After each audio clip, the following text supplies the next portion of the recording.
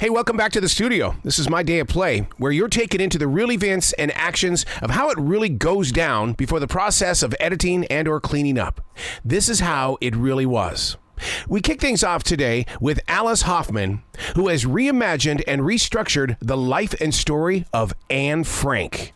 Then we're getting deep into the making of actor James Madio's new movie, The Featherweight. And we'll wrap things up with the always fun and unbelievably busy sports commentator, Kenny Albert. This is My Day of Play, completely unedited in the way of meeting the wizard behind the curtain. Hello and good morning, everybody. How's everybody doing? I'm great, Errol. I'm going to connect you now with Alice Hoffman. If you can be out by 40 after, as you can imagine, we've got lots of back-to-back interviews. Excellent. Thank you. Okay, here you go. Hello and good morning. Hi, how are you? Absolutely fantastic. What is inside your imagination today? Because you know how to write, and that thing can't just be shut off. Well, thank you. Thank you. I appreciate that. You have done something with your new book that really has touched my wife and I in so many different ways, and we could not wait to share this book with everybody that we came in touch with. You have taken something that we know the story, but you've given it a modern flavor to it. Oh, thank you so much. I really appreciate that. To be in this moment, I mean, my wife has so many different questions, as do I. But I mean, the Diary of Anne Frank was considered to be required reading in high school. Do you envision your book being the same thing, but done so in a way that is less violent? Well, you know, I'm afraid that the diary is not required reading at so many places. Not anymore? Wow. Not anymore. And so my goal with my book would be to have somebody read it and then go read the diary. So that would be my goal. Wow. One of the things that stands out inside this book, and it's only because I believe in animal speak, the magpies appear in this story a lot. Is this something that you lived with, or did Anne Frank? Because this is the first time I've heard of this. No, I think, you know why I think I started writing about those things? Because I started working on this really during COVID. Yeah. And during COVID, I felt like, at least the city where I lived, that animals started coming into the city. The cities were kind of deserted. And so all of a sudden we had turkeys, we had coyotes, we had foxes. These were not city creatures. And I thought it's so interesting that when people are destroying things, that nature kind of moves in to take over. So I think that was kind of the symbolism of what was happening with the magpies. Wow. Keeping history alive requires authors like yourself to have the courage and the confidence to keep pushing a story forward. And in my heart, I believe that people have lost what's been going on with the Anne Frank story. Yeah, I think so too. And I think that was one of the reasons that, the Anne Frank House was very interested in this project, incredibly helpful, and their researchers and historians were great. And I think that was part of the reason, is that to make it be alive, to make history be alive and current, and have people remember what happened so that we don't have it happening again. Yeah. Anne seemed to be the type of person who always found a positive in things. She was always thinking about the future, and there had to be a positive. Did this pour into your heart as well? 100%. I mean, I think that's why she so appealed to me when I was, 12 years old, because I was not a positive person, and reading her book really inspired me. I mean, her idea that there was still good to be found, even in the most horrific circumstances, was something that was very meaningful for me, and I think for all of her readers. Now, will you ever release a version of this book with tinier print? And here's the reason why. Because when my wife first picked up the book, she goes, "This must be a YA book." And I said, "You need to read this book, because don't think of it just because it has bigger letters." And I think that people judge a book by the size of the font. Isn't that interesting? Well, I always like big font myself. Me too. So I don't know. And that doesn't bother me at all. I feel like it's also a really great book to read with your kids. Yes. I think that is a really great thing to do. But for me, this book is for everyone. I'm always writing for myself. So, in a way, I wrote this book for myself. So for me, it feels like, yes, it's a children's book and children can read it, but I also feel like it's really meant for everyone. When I was in middle school, of course, it was way back in the 70s. So that meant that when we read the story about Anne Frank, it was more of a black and white world. In my heart, while reading this book, it almost feels like you've colorized it to the point where we go, oh my God, it's like it's right here. That's so interesting. Well, I feel like I wanted to get the sense that it wasn't, I wanted to give the sense that it wasn't that far away, because it wasn't that far away. I mean, the Anne Frank house opened in 1960. You know, that's not that long ago. And sometimes we see it in black and white, like it happened so long ago. But I wanted it to feel very current, so I really appreciate that. What did you learn in doing the research? Because, I mean, it's always been here in front of us, but you actually took the necessary steps to go back into the past to bring it forward. Yeah, I mean, one of the things that really affected me was to see how the politics were changing all around these people, and they didn't see it because it happened very slowly. You know, they had to give their names, they had to give their addresses, they couldn't go out at night. It's like a slow progression, and then all of a sudden they couldn't do anything. And just like the slow build where they were just really taken unawares, and they also didn't want to know because it was so horrifying. I feel so foolish that I didn't know Anne's life before going into hiding. It seems like that in my memories start with the hiding. Yeah, well, no, I think that's what it is for all of us. So I think that was one of the interesting things about this book, was to find out, okay, so what happened before that? What led up to this? What was her life like, and the life of her family like before hiding? Yeah, because we've sat down with our granddaughter and we've explained to her, I said, if you would have been in this period because of your grandmother's history, you would have gone to a concentration camp. And that scared the hell out of her. Yeah, it is really scary to think about what hatred can do and how people make other people into the other. And, you know, tell stories that, you know, there's all kinds of different storytelling, but there are stories to scare people, to upset people, to alienate people. And then there are stories to heal people and to remember what really happened. Yeah. We need a book like this to help locate peace for tomorrow. And it's going to require the YA readers as well as those that are before them or just a little bit after them. Because if you show us empowerment as well as encouragement.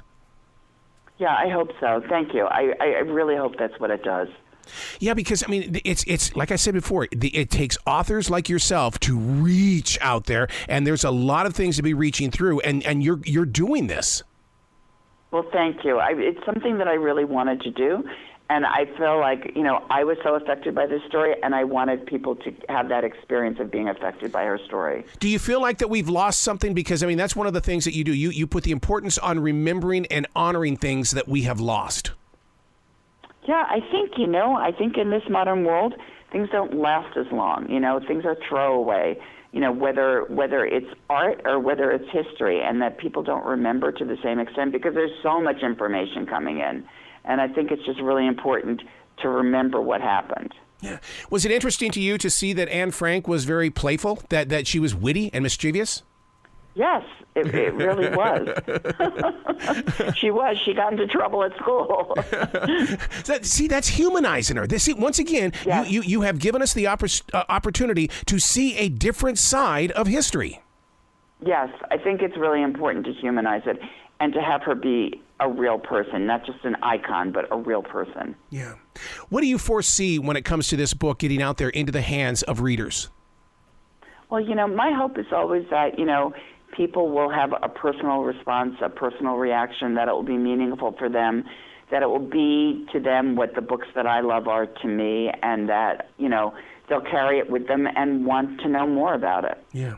Do you find yourself doing other books of history like this in the years to come? You know, I'm not sure. You know, it's really a lot of work. Yeah. This was a very special book, and I so wanted to do it, and it was kind of a full circle moment for me, having started wanting to be a writer, you know, because of this book, and then having the honor to work on this book. So, you know, I don't know what's going to happen next, to tell you the truth. Did you send a copy to the museum?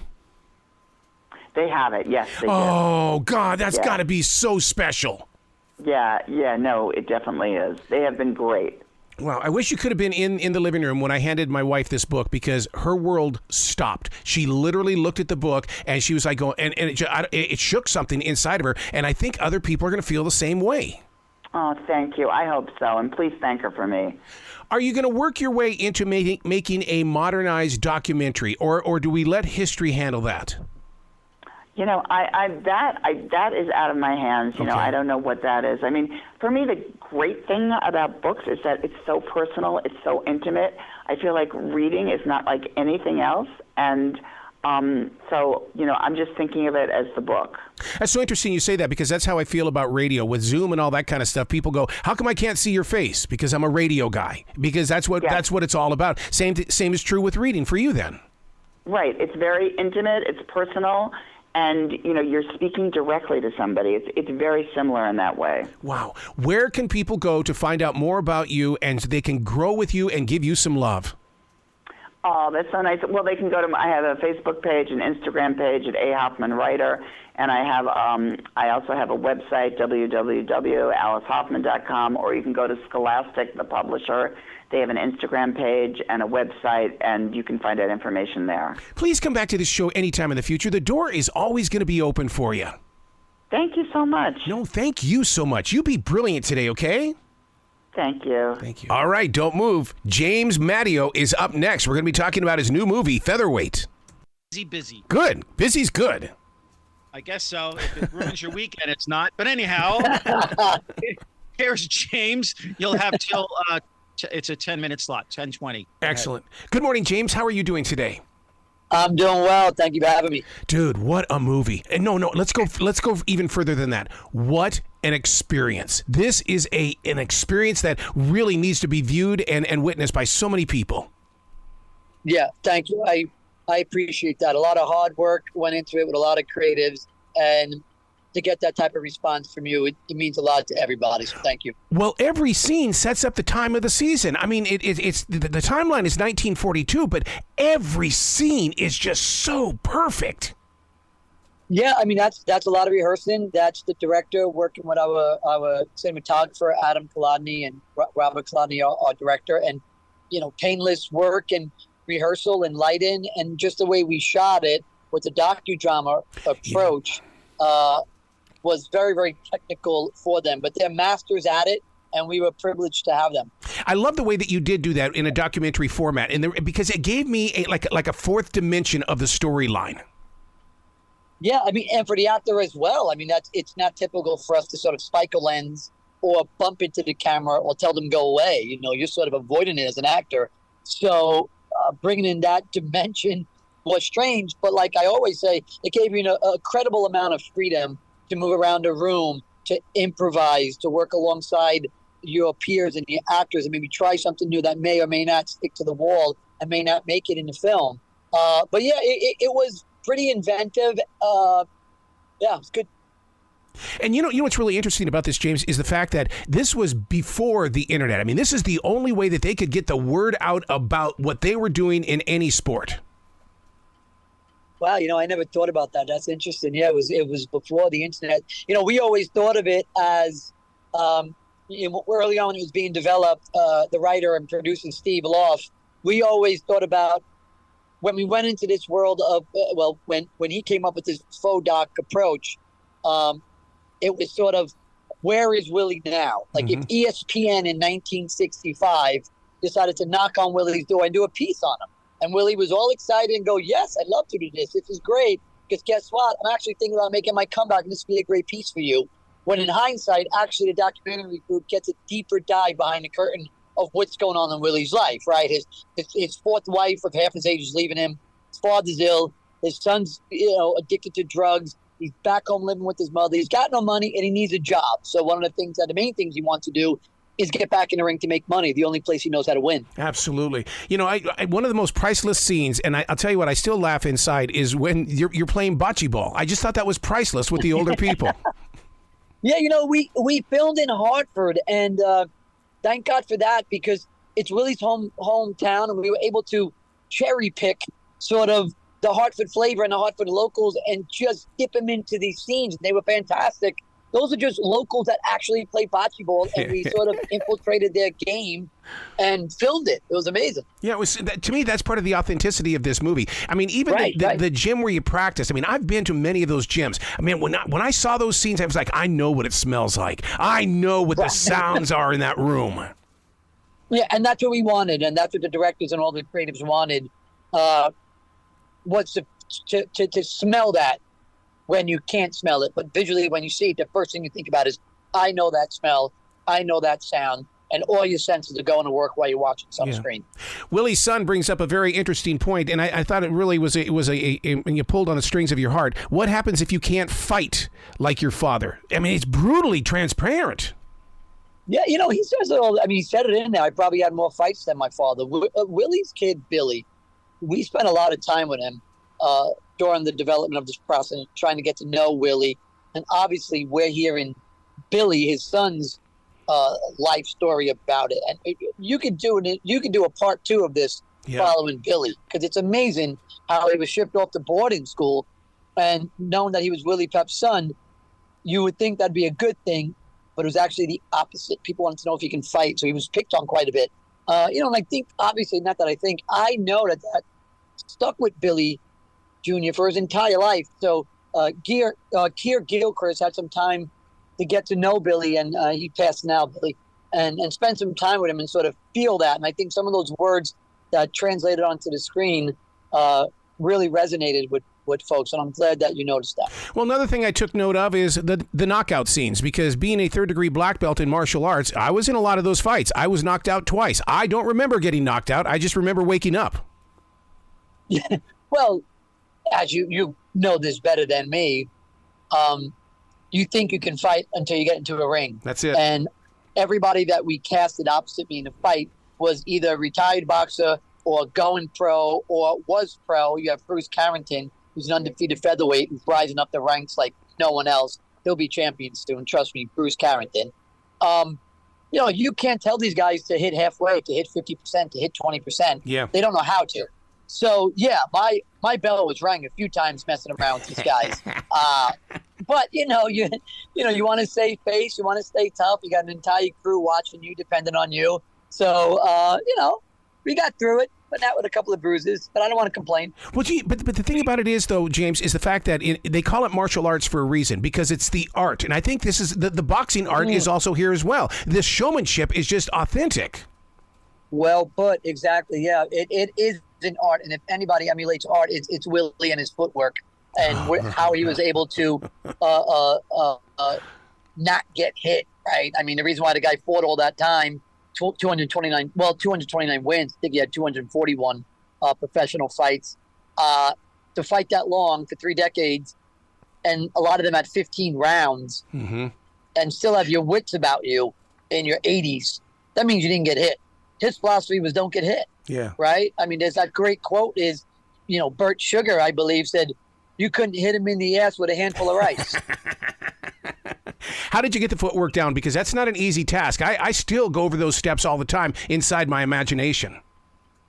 It's tough. I mean, if anything, that was the toughest thing to try and do was his footwork. Obviously, I get take 1, take 2. I'm protected by a camera. I'm protected by an edit. So, but you don't want to be an actor. You want to be able to give your director and your editor every opportunity to make this look as great as possible. The footwork is tough. The footwork is incredibly tough. I found it almost impossible because my natural ability is bull. I'm a bullish. Yeah. I got that sort of Italian Mexican, throw you into a corner and just chop you down like a tree from the body up.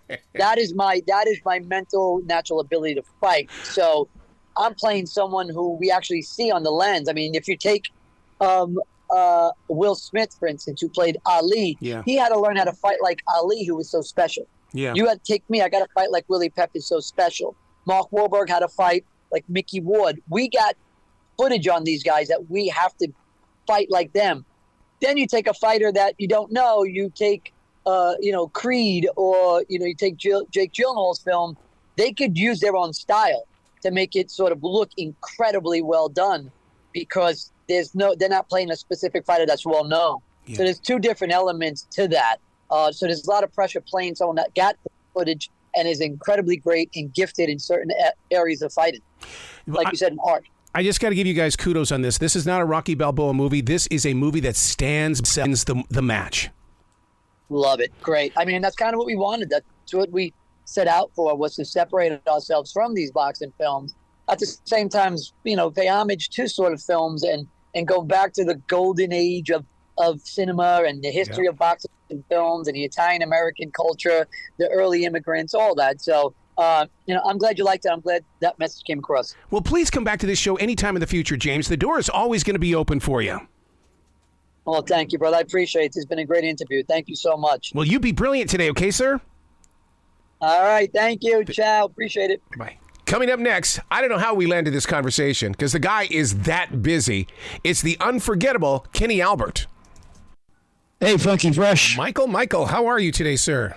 I am good. This fine gentleman is all yours. Take him to the top of the hour. Hello and good morning, Kenny. How are you doing today? I'm good, Ara. How are you? Well, you've got to be super busy because here we are. I mean, the NFL is only 3 weeks into it. Here comes basketball, and hockey is really starting to kick up. I mean, and here you are doing play-by-play for everything. Well, the craziness of the schedule will kick in very shortly, Arrow. Had a little bit of time off in the summer, which was nice.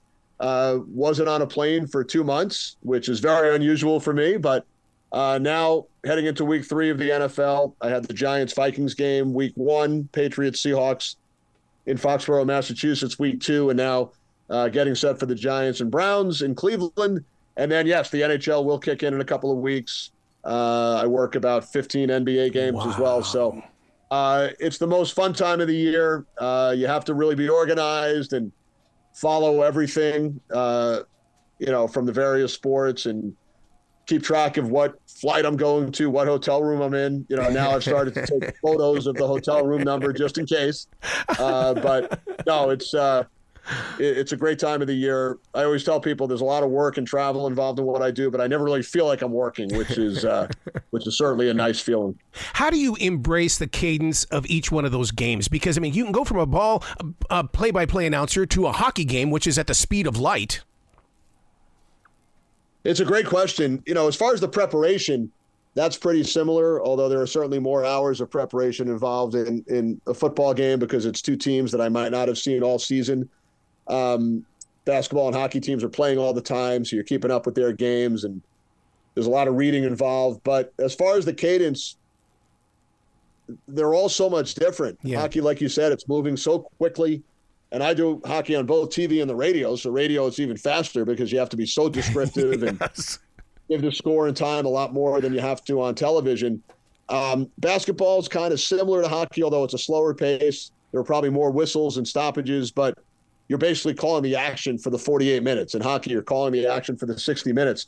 Football, it's the most rhythmic. It's one play, and then it's 20 or 25 seconds. It's another play, and then it's 20 or 25 seconds. You're weaving in storylines, setting up your color analyst. Baseball, to me, was always the most challenging of the four because I don't do it very often, probably 10 or 12 games a year. And up until 2 years ago, there was so much downtime between pitches, between batters. But now, with the introduction of the pitch clock, it actually moves a lot quicker. So from a play-by-play standpoint, I've really enjoyed doing games during the pitch clock era. I'll tell you what, I was really drawn into your book because you were doing play-by-play inside your bedroom, which I did the same exact thing. And then today with these VR goggles, dude, I'll turn down the sound and I will do play-by-play with those goggles on. Wow, that must be an interesting look. But I did it. My parents gave me a tape recorder when I was about 5 years old. I grew up around sportscasting. Yes. My father and uncle, longtime play-by-play broadcasters, but it's really all I wanted to do ever. And I would do games off the TV. I didn't have the VR goggles at the time, but I would call games off the TV in my bedroom. When I was old enough, I would start bringing the recorder to various games at Madison Square Garden or Shea Stadium, and was real fortunate in high school. I was covering the local for the local paper and my school paper, many of the sports at my high school. And out of the blue, a small cable station showed up, and they had 2 cameras and a little production van, and that was it. Wow. And they needed an announcer, and I volunteered. They clipped a mic on my shirt and sat in the second row. The people around me probably thought I was talking to myself, and called that game and met with the producer after the game, and he gave me the opportunity to work about 75 to 100 sporting events over the next 3 years. So that was invaluable experience at that age. How is AI technology going to change your sport? Because I know what it's done to radio. That's an interesting question. I don't know that much about it yet. I know that I'm a big preparer. I'm an information guy. Yes. I love getting information from all different places. When I started working professionally, the internet didn't exist. There were no cell phones. So that has certainly evolved over the last 30 years. But I'm sure, again, I need to learn some more about it, but I'm sure it will have a huge effect. Wow. Is it difficult to walk into each one of those booths? Because, I mean, each booth has its own personality. How do you adjust yourself? Whenever I'm asked about my favorite stadiums or arenas, to me, the number one factor is what's the location of the broadcast booth? Yeah. How well can we see the field or the ice or the court? So that's a big part of it. Some of them might be smaller than others. For football, obviously, you hope to be right on the 50-yard line, and that's where most of the television booths are. Some of the radio booths, they're either in the corner or on the 10 or 20-yard line, so that could be a challenge. For hockey, oftentimes we're way up in a press box, and you might not see the numbers as well on the jerseys. You don't feel like you're as into the game as much as if you're about halfway down. And in about half the arenas, we're lucky enough to have a really good location somewhere in the lower bowl or in the middle of the arena, but that's a major factor as far as doing our jobs well. Well, thanks for giving us your personality and giving yourself permission to be so creative with your love for sports, dude. Thanks, Sarah. Really appreciate it, and hope to chat again soon. You bet. You be brilliant today, okay? You too. Thanks. Thank you.